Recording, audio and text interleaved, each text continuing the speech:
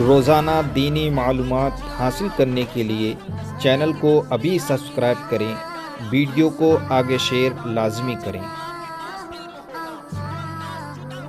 دنیا کی 6 مصیبتیں دنیا کی، پھر 3 مصیبتیں اس کو موت کے وقت آئے گی، نمبر 7۔ اور موت کے وقت کی پہلی مصیبت اور ترتیب کے اعتبار سے 7ویں مصیبت۔ جب وہ مرے گا تو اللہ اس کو اتنی بھوک اس پر مسلط کر دے گا کہ اگر پہاڑوں کو کھانا بنا کر اس کے منہ میں ڈال دیا جائے تو بھی اس کی بھوک ختم نہیں ہوگی، یعنی وہ بھوکا مرے گا۔ موت کے وقت اس پہ بھوک مسلط کی جائے گی، بہت بھوکا مرے گا وہ۔ اور پھر فرمایا کہ جتنی بھوک مسلط ہوگی 8ویں مصیبت، اور موت کے وقت کی 2ری مصیبت، جتنی بھوک مسلط ہوگی اسی پر اتنی پیاس بھی مسلط ہوگی، حتیٰ کہ 7 سمندروں کا پانی بھی اگر اس کے منہ کے اندر انڈیل دیا جائے تو بھی اس کی پیاس نہیں بجھ سکتی، یعنی وہ پیاسا دنیا سے جائے گا۔ سوچو، بھوک اور پیاس کی شدت میں موت آئے گی، بھوک اور پیاس کی شدت میں موت آئے گی۔ کس کو؟ جس نے دنیا میں نمازیں ترک کی ہوگی۔ کتنی حسرت کا وقت ہوگا، کتنی تکلیف کا وقت ہوگا، کیسی مصیبت ہوگی، کیسی بلا ہوگی۔ کاش اس دنیا کے اندر ہم تھوڑا سا وقت نکال لیتے۔ آخر نماز کے لیے ٹائم ہی کتنا لگتا ہے، نماز کے لیے وقت ہی کتنا لگتا ہے، 10 منٹ 15 منٹ۔ یار 10-15 منٹ کی حیثیت کیا ہے؟ یہ ساری زندگی تو اس نے دی ہے جس نے نماز کا حکم عطا فرمایا ہے، جس نے نماز پڑھنے کا حکم فرمایا ہے۔ تو کہا کہ وہ بھوکا مرے گا، پیاسا مرے گا۔ اور تیسری خطرناک چیز، اللہ تبارک و تعالی مرتے وقت اس کو ذلیل کرے گا، اس کو ذلت کی موت آئے گی، بہت ذلیل ہو کر وہ مرے گا، بے نمازی ذلیل ہو کر مرے گا، ذلیل ہو کر۔ ہم نے دیکھا ہے چھوٹی سی عمر میں لوگوں کو ذلیل ہو کر مرتے دیکھا ہے، ذلت کی موت مرتے دیکھا۔ کسی کو دیکھا کہ مرتے وقت لوگ ناک پہ کپڑا رکھیں، کسی کو دیکھا کہ لوگ کہتے ہیں اللہ کرے یہ مر جائے، کسی کو کہا کہ اللہ تعالیٰ اس کی مٹی چیز کر دے۔ ہم اور آپ سمجھتے کیا ہے؟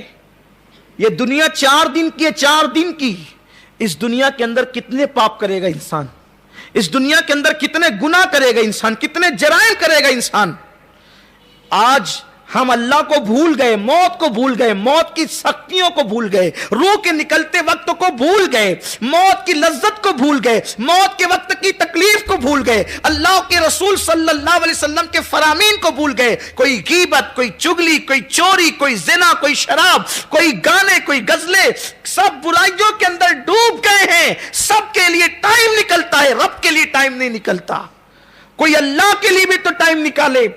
ارے وہ لوگ، اللہ اکبر، جن کے دل میں خدا کی محبت تھی، جب رات کی تاریکی چھانے لگتی تھی تو ان کے لبوں پہ مسکراہٹ آتی تھی کہ رات ہوگی، دیوانوں کا مجمع چھٹے گا اور سب اپنے اپنے گھروں کو چلے جائیں گے، تو ہم مصلی بچھا کے یار کی یاد میں مصروف ہو جائیں گے۔ اولیاء اللہ رات کا انتظار کرتے تھے کہ جب رات ہوگی۔ ہم تو فرض بھی نہیں پڑھتے، ہم تو فرض بھی نہیں پڑھتے، نفل کب پڑھیں گے؟ میں تو کچھ لوگوں کو دیکھتا ہوں کہ چلیں ٹائم نہیں ہے، ٹائم نہیں ہے تو نفل نہ پڑھیں، کوئی بات نہیں پڑھیں۔ ٹائم ہے پھر بھی ایسے بیٹھے رہتے ہیں، ٹائم ہے پھر بھی ایسے بیٹھے رہتے ہیں۔ سنتیں غیر موقعہ، فرض واجب نہیں ہے، ٹائم نہیں ہے تو آپ نہیں پڑھتے، کوئی بات نہیں، لیکن یار ٹائم ہے تو بھی مسجد میں آ کے بیٹھ جاتے، پڑھتے نہیں لوگ۔ لیکن یاد رکھنا جس دن مر جائیں گے نا، موت آئے گی، پڑھ لیا کرو، پڑھ لیا۔